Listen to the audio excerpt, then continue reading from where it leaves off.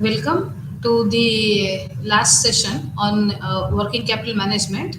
Today we'll be dealing with some of the case studies which are prevalent in different components of working capital. We'll see look at this case study to see how the various components of working capital they are being practiced in the Indian companies. For each of these components, we'll take up one of the case studies. Now, till now, we have discussed the concept of the working capital, the various components of working capital, how the working capital management is done in a large manufacturing setup, in a small enterprise, or in an MNC, and what are the tools and techniques that we use to manage the various components. All these things we have already done in this particular paper. So today we'll talk about this. Overall case studies about the working capital. Now you see, we have seen that working capital is a matter of great concern to any of these businesses. That is the reason why it is also said to be the lifeline of a business, because if we set up a business merely and we don't have the enough capital to run the business on a day-to-day basis, then there is no meaning of setting up a business, because suppose if you set up a house and you don't have enough food available, or the kitchen doesn't function, then there is no point having a house. So likewise, because working capital is of utmost importance to the running of a business, it is said to be the lifeline.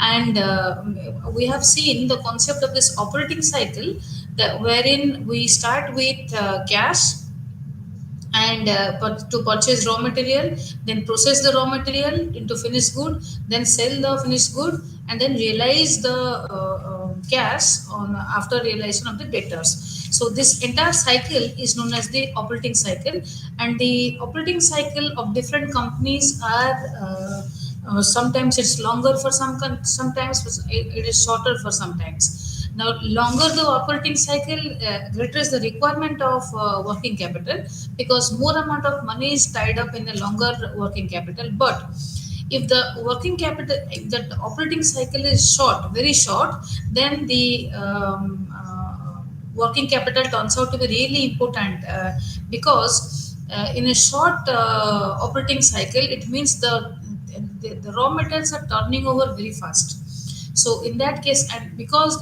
why are the raw materials turning over very fast?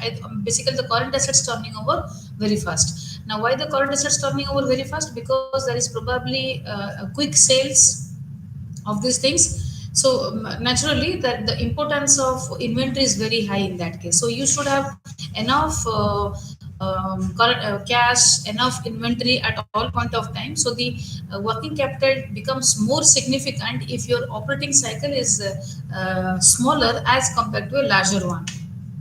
Now, you see, the investment in the assets or equipments, or the fixed capital or the long term assets, that is a most of the times it is a one time affair. Whereas when we talk about the working capital, this is a continuous requirement, which needs your the attention of your continuous attention of the management. So that is why we discussed in the past that the financial manager, if of his entire time that is devoting to the decision making, about 5 to 7% of his time is only spent on this investment in the long term assets, whereas around 70 to 80% of his time is spent on this day to day business decision making, which are also called as the working capital. So because it demands huge amount of time commitment from the management, it is also for this reason that we say that working capital is also the, in addition to be into a lifeline of a business, which some people also refer to it as a circulating capital, because the capital keeps on circulating within the, basically the cash keeps on circulating within the system. Now, in case of see manufacturing activities such as your production of sugar, production of cement or paint, etc. Or you can talk about automobiles, you can talk about other form of production activities. Now the quantum of working capital is heavy, and there is significant amount of current asset which is blocked in this manufacturing setup. But if you look at the service industry, like for example, a hotel, electricity supply, these kind of industries or software development, the working capital is of low significance because the current asset requirement is low in that case. Now, however, be it a service or a manufacturing firm, whatever may be the size or the proportion of working capital requirement, the working capital definitely has a big role to play in the profitability of any company. As we have seen, there is a direct risk profitability trade-off in the working capital management decision. Now, the point is, having understood these unique features of this working capital, it is also interesting to analyze how these various components of working capital as a whole, how is it managed in the actual field. So we can say theoretically that we may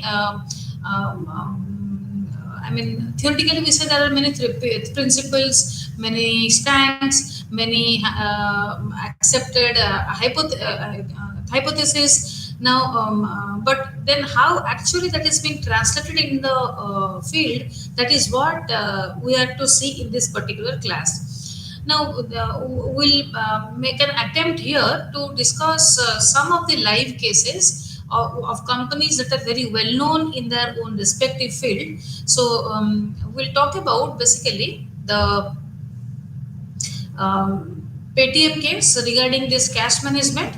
Now, it will talk about the modern state of the art cash management practices, and Paytm is a pioneer in these activities. Now, we'll see how the traditional practices have given way to the newer methods of fund transfer and all those things, and how the traditional practices are no more in use these days, and how the modern methods have taken their place, and how they have changed the entire scenario of cash management. That is what we will be seeing in this particular case. Basically, we'll focus on the transfer of funds in this particular case. When we talk about the receivable, we'll discuss the case of TCS, Tata Consultancy Service.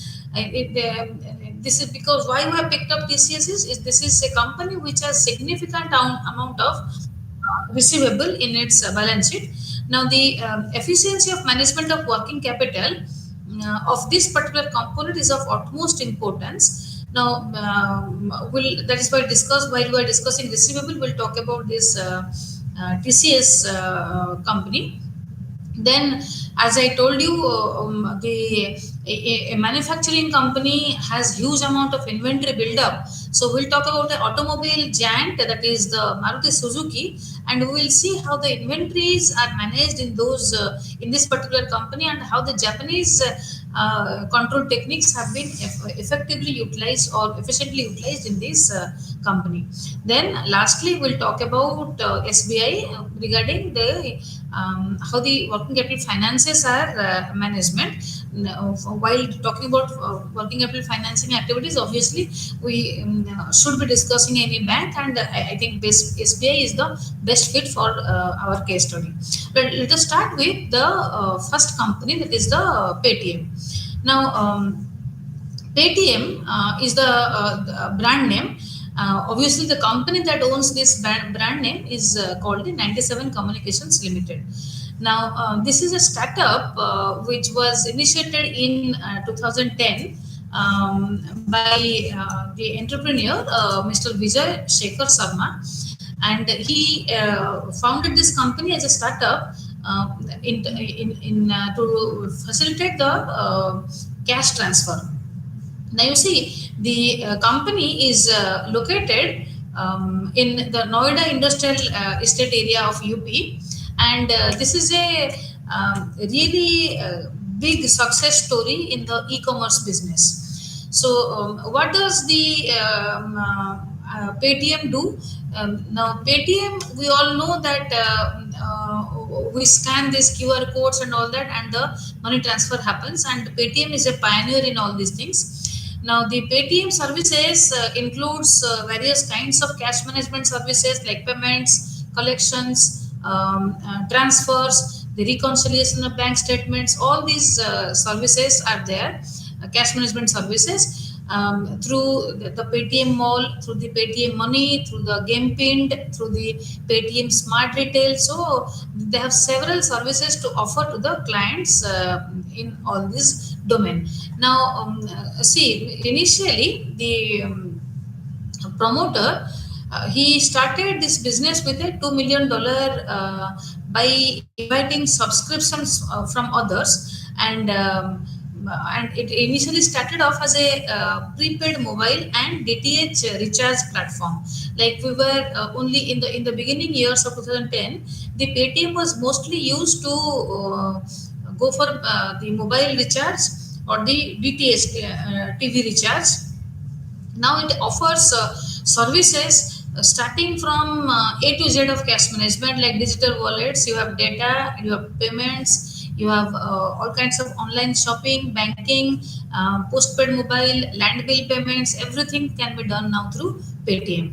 Now the in through all these initiatives, the user base of this company, it has grown really in numbers, and starting with a base of around 7 million users, it has grown to now 350 million users. Like 7 million from the starting year to now 350 million. It's a big jump in the number of users that are using now Paytm.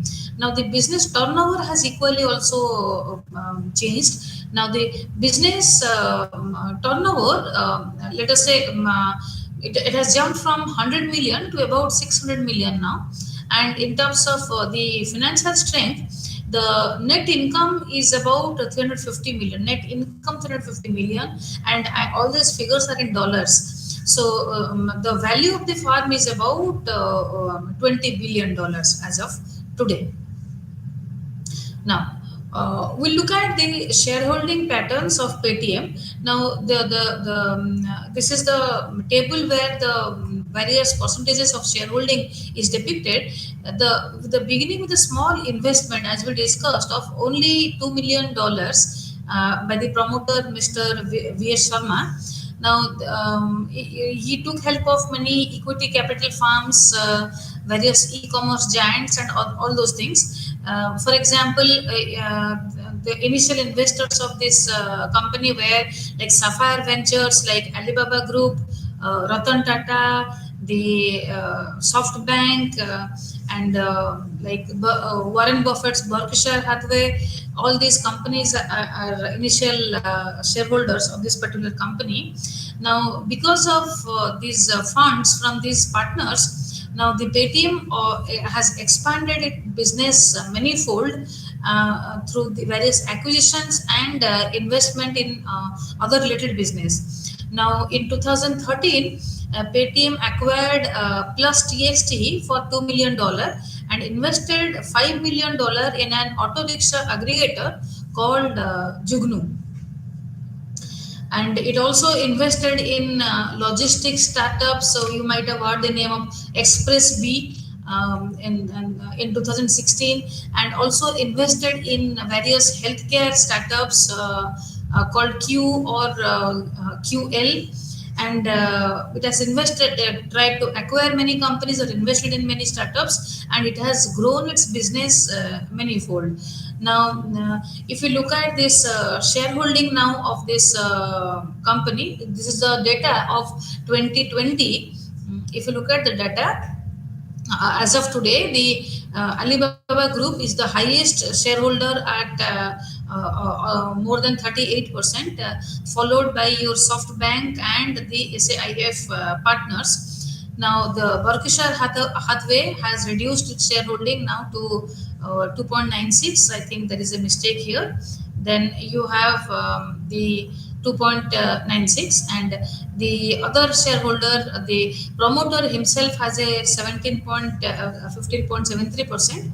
So the approximate number of shares here in this company is about 57 crores. Now the point is, the company, all these thing, the um, basic logic is the company has increased manifold, and it has a diverse shareholding base. Now the however, even if it's a very good success story and a runaway success with the e-commerce business, it is not free from various controversies. Now if you look at the various controversies, and there were in 2018 itself there were allegations that the because when you register on the on any payment site, you share some of your personal details. There was an allegation in 2018 that this company has shared those personal details in violation of the secrecy agreement or the privacy policy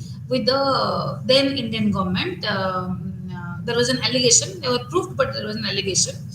Now, there are also apprehension that the promoters and his relatives did have a nexus with the ruling party, and they involved in politicking through their various services. Now, there have been services in the very recent times, so like in 2020, the violation of Google's Play Store norms, the gambling policy. Due to the violation of that, the Paytm app was removed from the Google Play Store, so it was not considered safe after that to download the Paytm app. In fact, there was also apprehension that the Chinese e-commerce player, that is Alibaba, which is the majority stakeholder with this company, they have used the company's databases to get personal data of Indians, and thus they have increased their shareholding to a substantial level. So why a Chinese giant like that of Alibaba is showing so much of interest in an Indian company, that is due to that also there was a apprehension that probably the database of Indians are being linked to the Chinese counterpart. In very recently also in 2024, in the beginning of the 2024, we have seen that the now Paytm has also, in addition to all these financial services, Paytm had also ventured into the arena of banking, through the payment banks.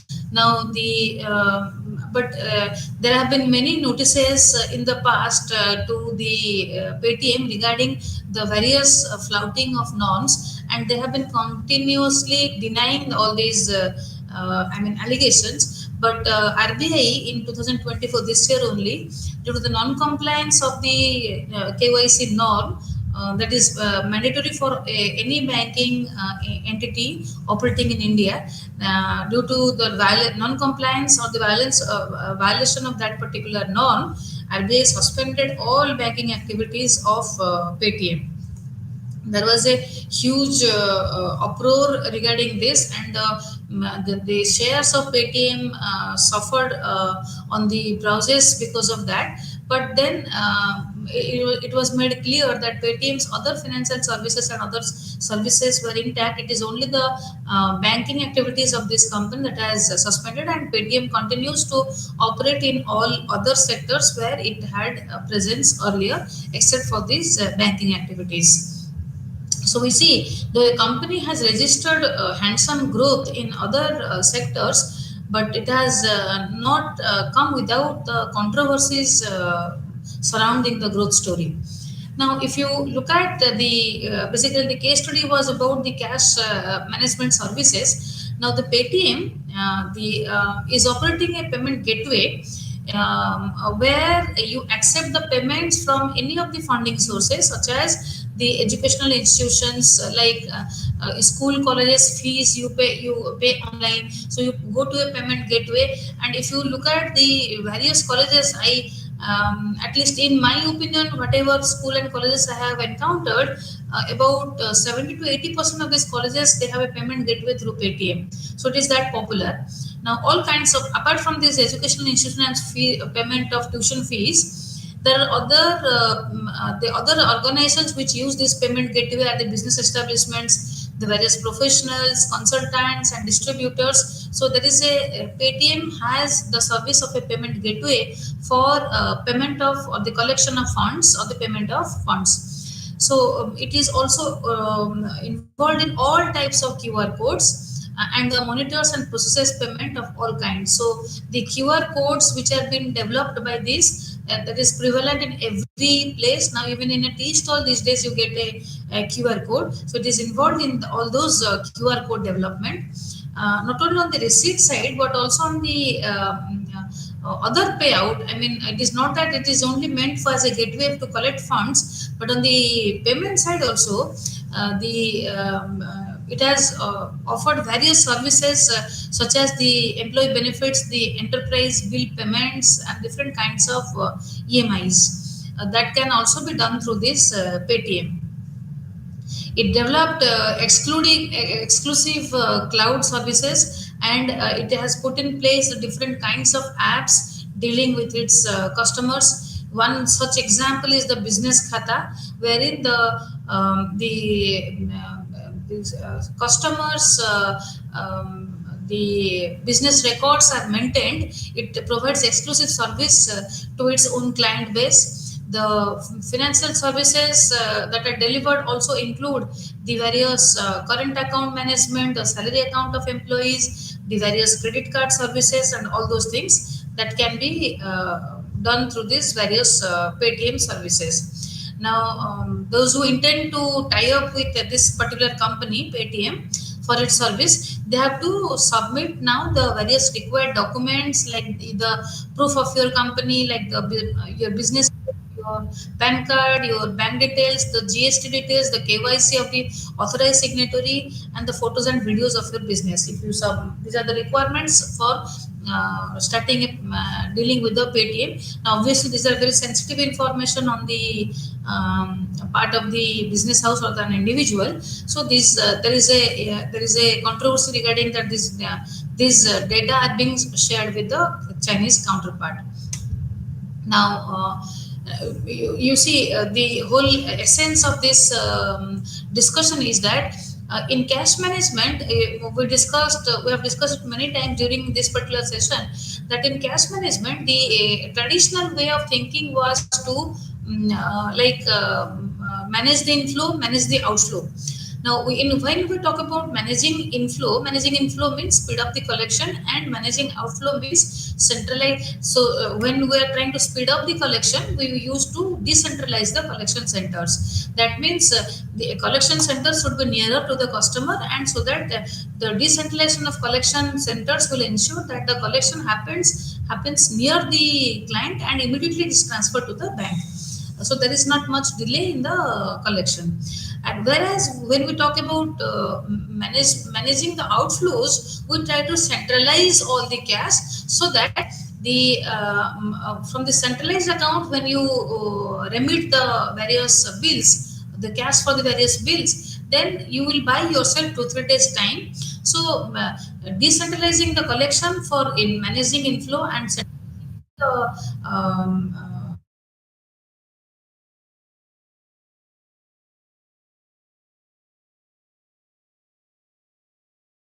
enterprises to manage the cash. Now, basically, we were trying to play with this 3-4 days, 5 days gap in collection and payments. So, we basically were trying to say that we were trying to manage the float.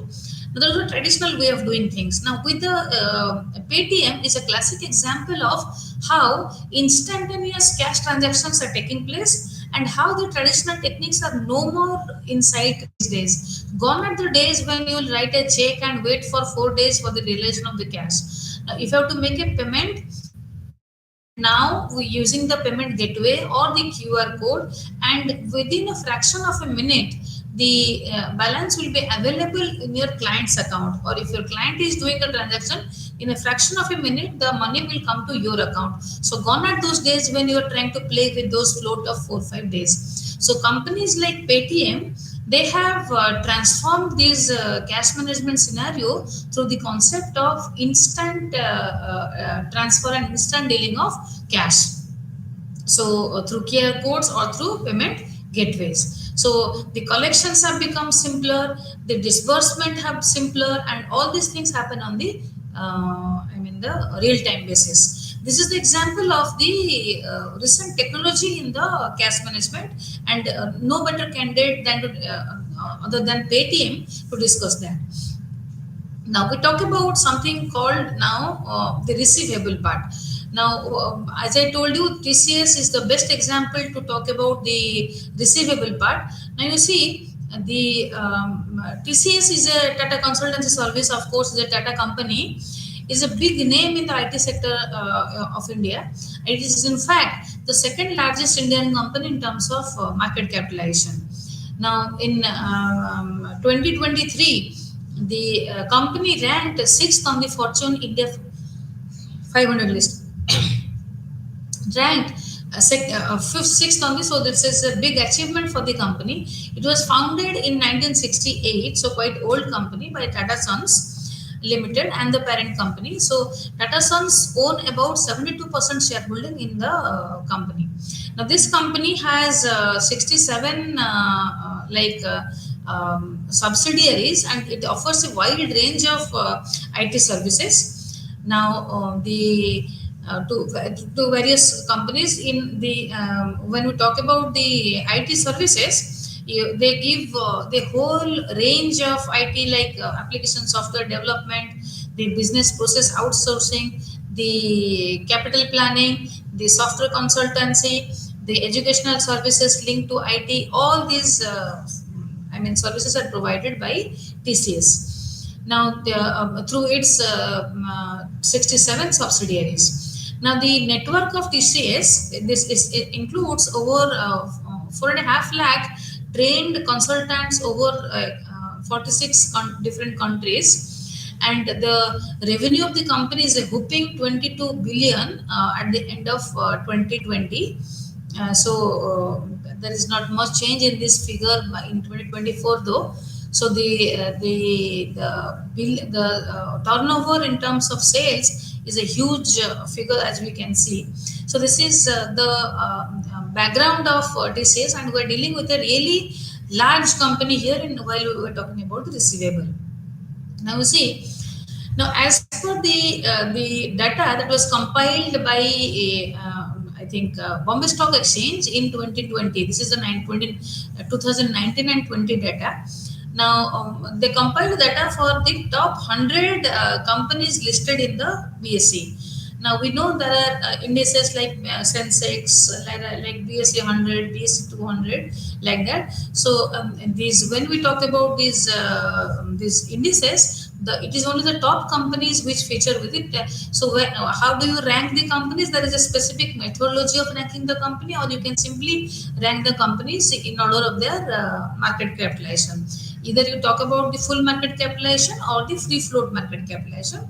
So we can talk about any of these ranking criteria. So, and TCS always features in the Sensex. That is the 30 blue chip companies constitute the BSE Sensex, and TCS mostly is there in the Sensex. So this is the when they compile the top 100 companies above listed in the BSE, on the stock exchange.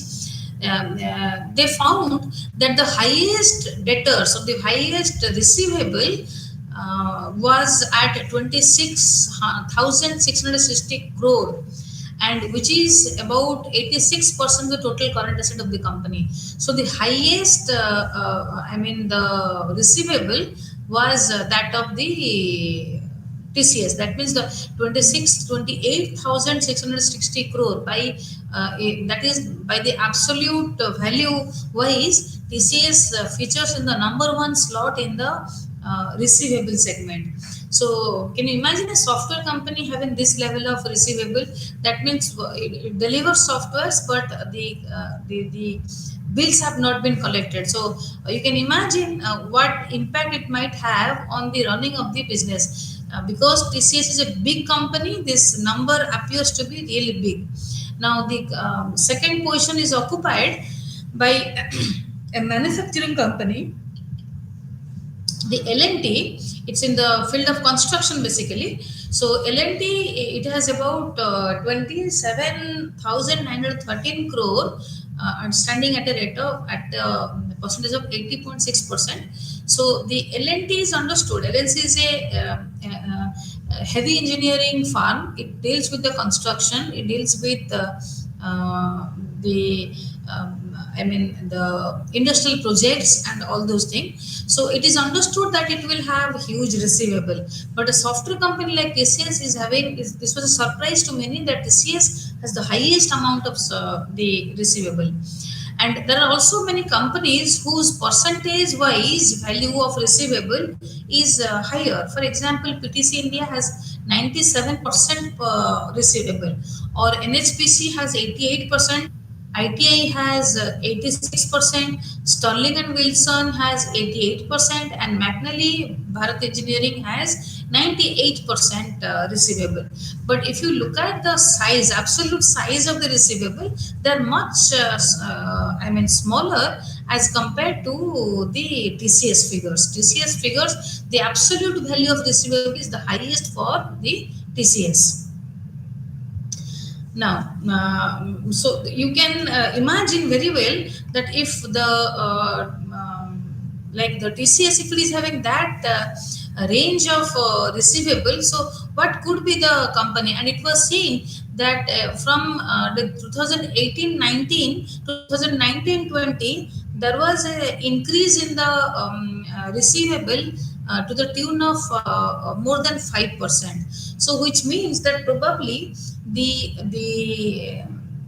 there are some accounting standards are coming into this particular picture for this receivable, the collection efforts and all that thing. Now this what could be the several reasons for this TCS having a huge amount of receivable? Could be attributed to the contract assets, which are normally classified as unbilled receivable.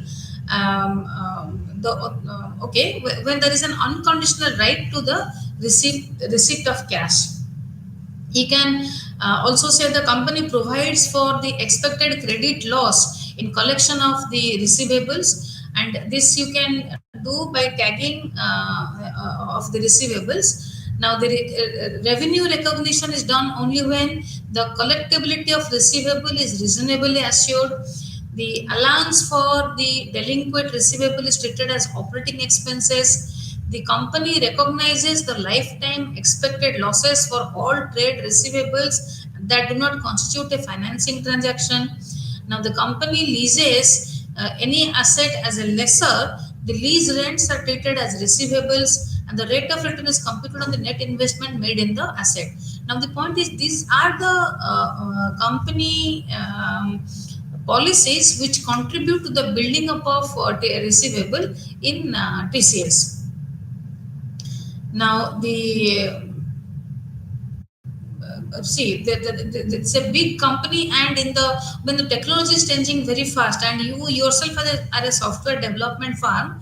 Now, the how quickly the company responds to these challenges of receivables, and to imbibe and accept the tech changes will leave a tremendous impact on the business success of TCS. So the point is that all I'm trying to say is TCS needs to be very careful regarding the strategies which are building up the receivables of the company, and it should look into probably change those strategies and plan appropriately, so that the receivables could be brought down to a particular level.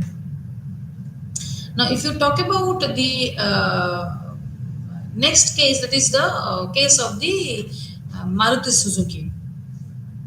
Now, Maruti Suzuki is a subsidiary. In fact, it was the first automobile company that was set up in India. Now, the Maruti Suzuki India, that is a subsidiary of Suzuki Motors Corporation of Japan. Now, the government of India established an automobile company on 24th Feb 1981 in the name of Maruti Udyog Limited. So, this is a government sponsored, plant company. Maruti Udyog Limited, and the Maruti Udyog, it merged with the Suzuki Motor Corporation in the very next year, that is in 1982. Now, the first car plant of Maruti was set up in Gurugram, and it continues till date in 1982. The company came to prominence within a very short period, due to the launching of its very popular brands. We all know various Maruti brands. I did not name them here, but the competitive advantage as of today also, the competitive advantage of this company, of this automobile giant, comes from two distinctive features. Number one, it's unparalleled capacity to produce low cost cars, and the reach of its distribution network. Okay, the service and the distribution network, these are the two main competitive advantage of this particular company. Now, the company has now ventured into various segments of car. For example, there is a segment called Arena, there is a Maruti Arena, there is a segment called Nexa, there is a segment called the True Value. Now, if you talk about the premium vehicles, now the premium vehicles are available in the new dealership network, which is called the Nexa. In the Nexa, showrooms, you will get the premium cars, whereas in the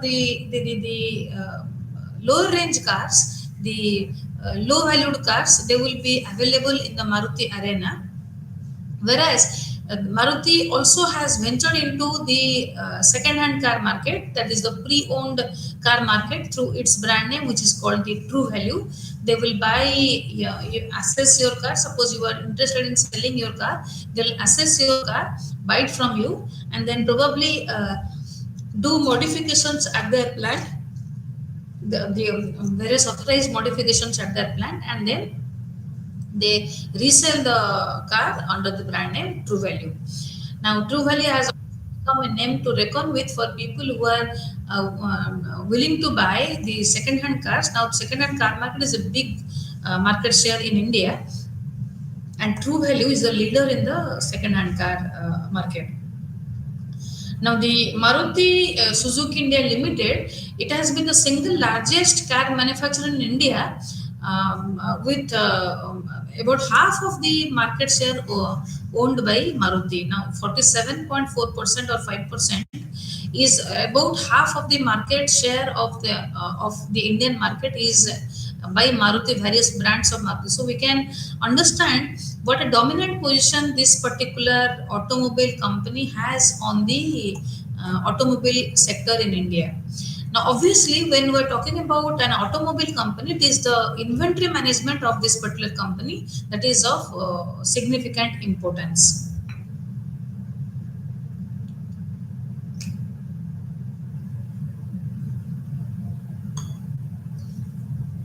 Now, you see, being a car manufacturer, the various materials or the components, they are going to be very significant part, because the basic cost of the car comes from the components here.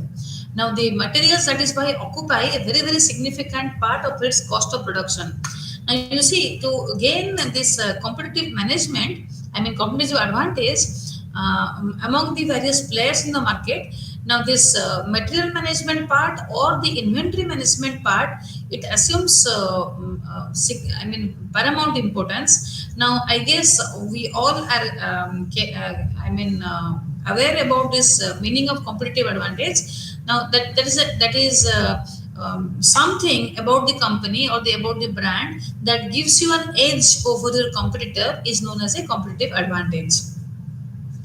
Now, as we discussed just now, the competitive advantage of this particular company has been its ability to produce the cars at the lowest of this segment. Okay, suppose we're talking about a car loaded with this feature. Suppose you take the features, you want feature A, feature B, feature C, feature D, and if you look at all the cars having the similar kind of features in the marketplace, there could be 7 to 8 variants available in the marketplace, but it will be the most definitely it will be the Maruti car which will come at a lowest cost having all these features. If you look at other brands with those four features, they are going to cost you much more as compared to Maruti.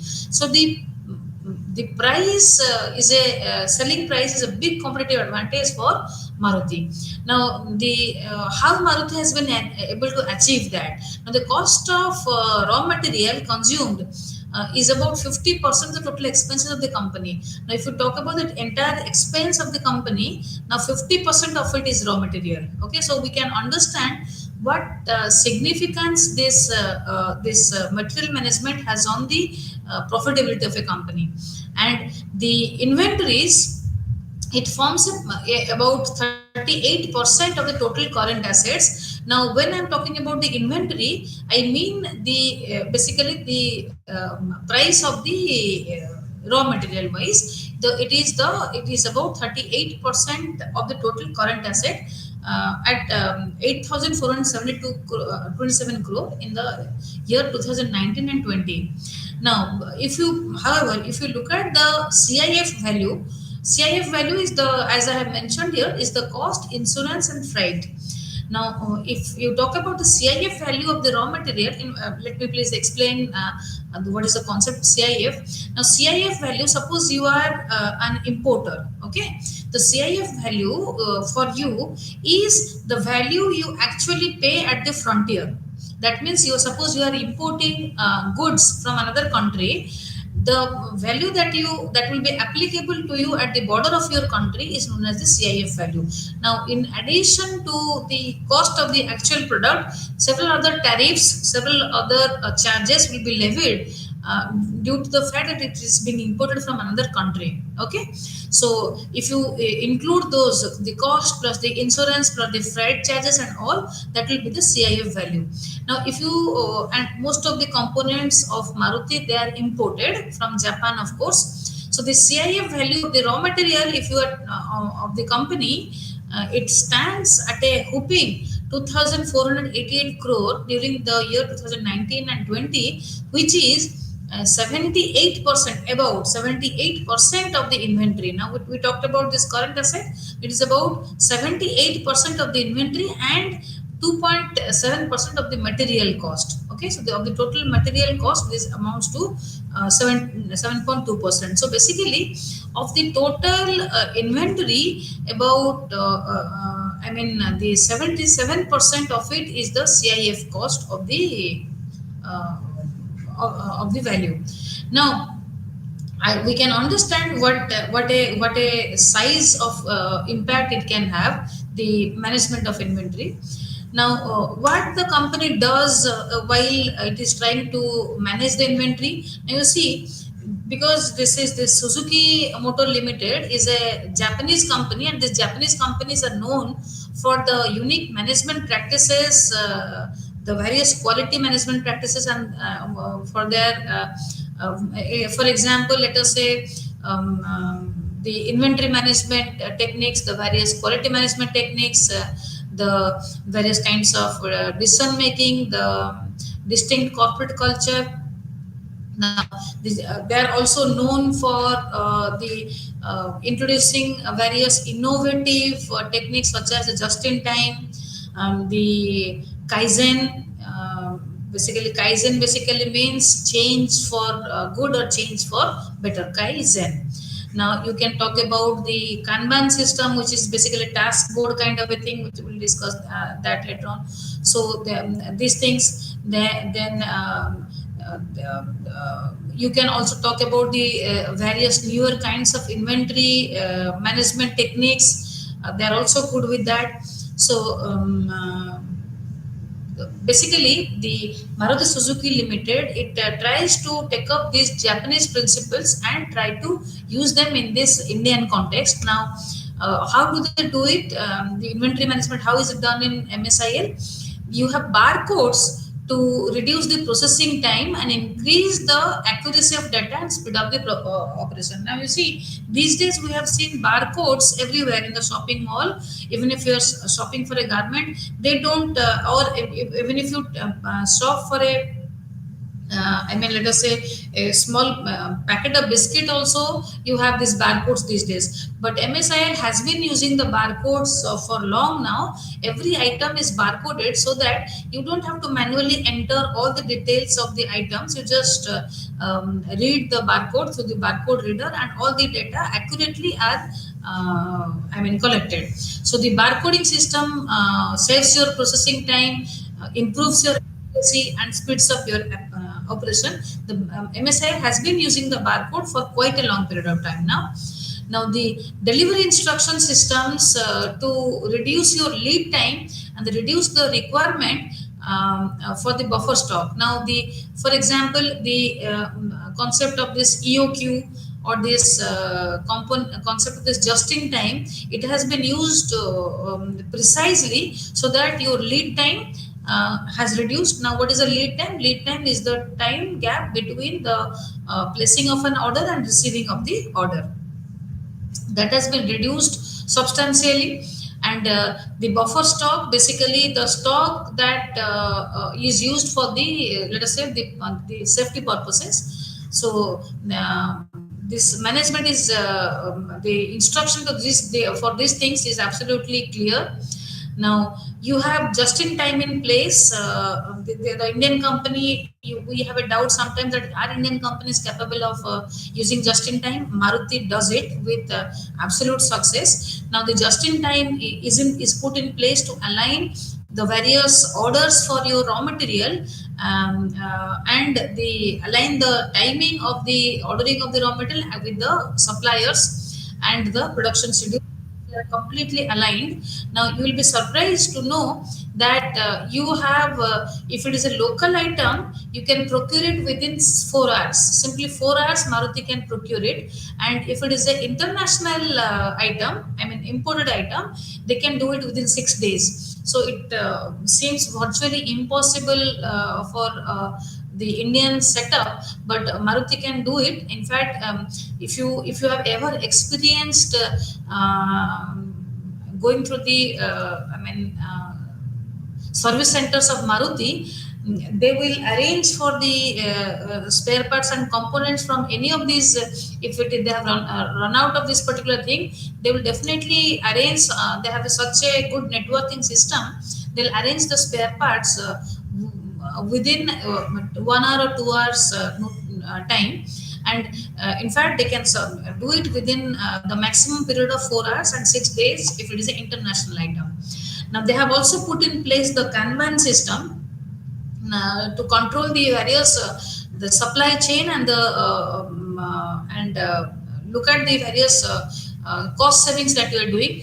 Now, what is a Kanban system is basically a Kanban is basically a task board kind of a thing where you have real-time communication of the capacity and the transparency of work. So what you do is all the work items are visually depicted on a board, task board, on which part of the module is engaged in which particular activity and how long it is completed. Those are all visually represented on a Kanban board. It allows the team member to see how far the task has been completed. So everybody, so when you are putting up these the stage of completion on a task board, everybody, irrespective of the department, they can see how long the process has gone and how long it will be completed. So everyone has an eye on the level of the production, and this ensures that there is proper coordination among the various departments and the various responsibility centers, and there is no loss of any processing time or no loss of any there's absolute utilization of the various types of activities. Now, so the every piece of work is monitored and the completion is tracked. Now the company tries to keep the sales, the inventory to sales ratio at very low. That means the inventory to sales ratio is basically the value of the inventory divided by the value of the sales, the sales revenue. Now that is always kept track of, and is always tried to minimize. That means you have less amount of inventory built up, because for you the target is to drive this ratio as low as possible. So if you have a just in time system in place, then of course you don't have to maintain inventory, because you know you can within some hours gap you can collect the items. Now the vendor management is the most efficient in case of, now to actually to be able to put just in time in place, you need to have vendor management. Now the vendor management has the basic focus of the vendor management is the suppliers. Now in case of Maruti, we have found that 70% of the vendors are within a very short reach, within 100-kilometer radius. I mean, the majority of the vendors are within a very short range. Now, the components are supplied directly to the assembly line, thereby reducing the packaging cost. You don't have a warehouse concept or a warehouse facility, so it is directly fed to the assembly line. Now, the company the practices the system of engaging full component suppliers instead of individual parts. It reduces the ordering cost due to that. Now, for example, we know that in case of automobiles, there are modules of the car, and suppose if you knock down a car, the components may run into several thousands. But let us say they talk about the engine as a component, so the all the suppliers of that particular aspect, or the AC or the audio system, suppose these are all the components, they choose the supplier who can supply the full component of a particular module, instead of procuring one item from one supplier. So that reduces the ordering cost as well as the ordering time. Now, the MSI believes in localization. That is why it focuses on the local suppliers. It has a policy to source most of its components of material, like about 90% from the local sources. Doesn't depend on far off places, and it works relentlessly to substitute the local components in place of imported ones. Now, there are certain items that are being imported, but the company always tries to always replace, without compromising, of course, the quality, replace the imported items with a local supplier who can supply the similar kind of a quality product to the company. This is the focus of the company regarding the so basically, the company's inventory management, if we look at the, the highlights of the Maruti Suzuki Motor Limited, the highlights, if you can talk about how it has been able to achieve this low cost vehicle production, is because it has focused on several aspects of its inventory management. That number one, they have reduced the wastage on various as in the time as well as the cost, because there are no concept of inventory storage or warehouses in Maruti. So when you have huge amount of stores and spares, there could be pilferage, there could be loss, there could be obsolescence, and several kinds of things might happen, where whatever you have procured, everything might not be used. Just because Maruti has talked about this just in time, the inventory part has been mostly eliminated. So very few items are in the stock, because they can procure it with a short notice. So the focus of Maruti's inventory management system, if we can talk about, is number one, the just in time of procurement. Number two, the Kanban system of monitoring the work progress. Number three, the vendor management, like looking at the local suppliers and giving more importance to local suppliers. And number four, the suppliers, the qualifying the choosing the qualified suppliers who can do a full component supplies rather than individual components supply. So these are the four major focus areas of Maruti, how it has tried to achieve the efficiency of inventory management, which also reflects its leadership in the marketplace and which also reflects it in the profitability of the company. So as a last case, we'll talk about the State Bank of India. Now, we're not talking about here the component of working capital, rather how the finances of the working capital that have been managed. Now, the working capital requirements of the all the companies that are usually met by the commercial banks in the form of cash, or in the form of overdraft, or in the form of the short-term loans. Now, of course, the big companies can also access the money market for the commercial papers and all those kind of activities, but the small enterprises, they don't have access to that. So we try to manage this working capital requirement mostly through cash or overdraft with the short-term loans, and all these things are, the source is the bank. Now, there is a particular method of financing of the industry by the banks. Now, banks cannot just choose the way whatever they want to finance. There are laid down principles for banks to finance the working capital, and all these principles were basically formulated in the various banking committee norms. Some of the banking committee norms in the 1970s and 80s are like the Tandon Committee, which was formulated in 1974, the Chore Committee, like it is in the 1979, and some other committees which have been formed from time to time. They have given regulation regarding, in fact, as of today also, we are following the Tandon Committee norms. Now, these banking committees, they have formulated norms and regulations for working capital finance, and the RBI has worked out methodologies according to these recommendations of these committees. Now, the same recommendations formulated by the same method, I mean the norms provided by RBI are followed by the banks so it is not that SBI will follow different kind of a norm as compared to Bank of Baroda. Okay, so the norms are same for all the banks, and the extent and procedures in respect of this working capital finance are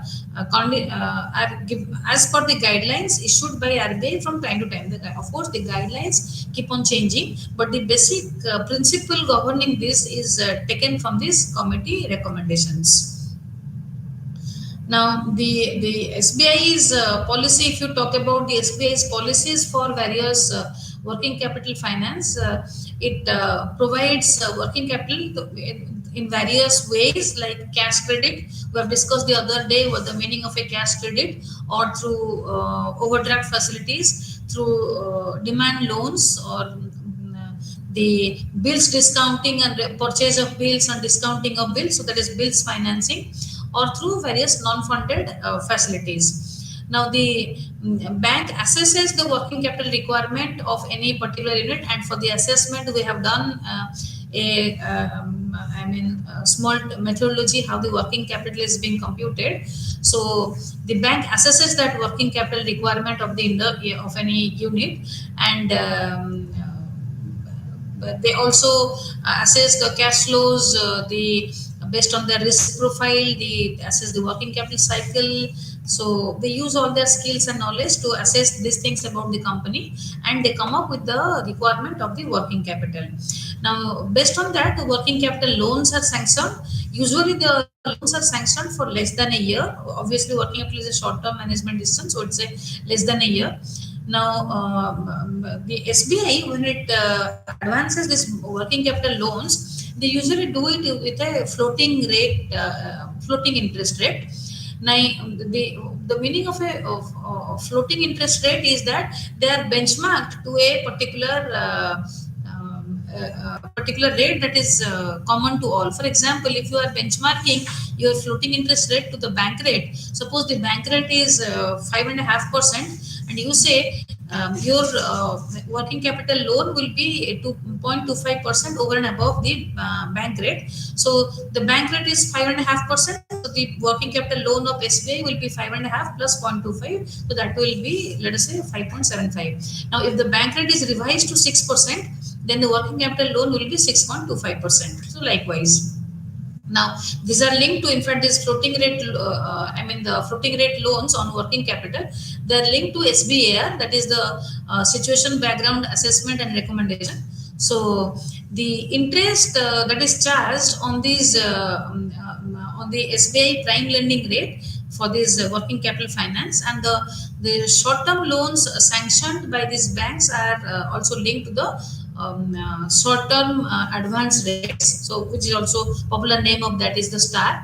Now, apart from that, RBI has also been providing financial assistance for the bills discounting. Like we have discussed the process of bills discounting many times in the last. Like you present the bill with the bank, and bank will immediately take the bill and give you the amount by deducting some charges, and they will present the bill to the original party and then collect the bill from them. That means the buyer of the good. Uh, Export credit also, it has also, like through the letter of credit, it has also it extends many non-fund based activities to the the parties who ask for the working capital finance. You have this also of late they have started these asset based loans, the ABLs, which these are the new facilities that are being offered to the small scale companies, micro, small and medium enterprises, and these are covered under this MSME Act of 2006. Now, they are provided to all kinds of manufacturing and service industries, and they cover the wholesale, the retail, and the trade professionals, as well as the self-employed.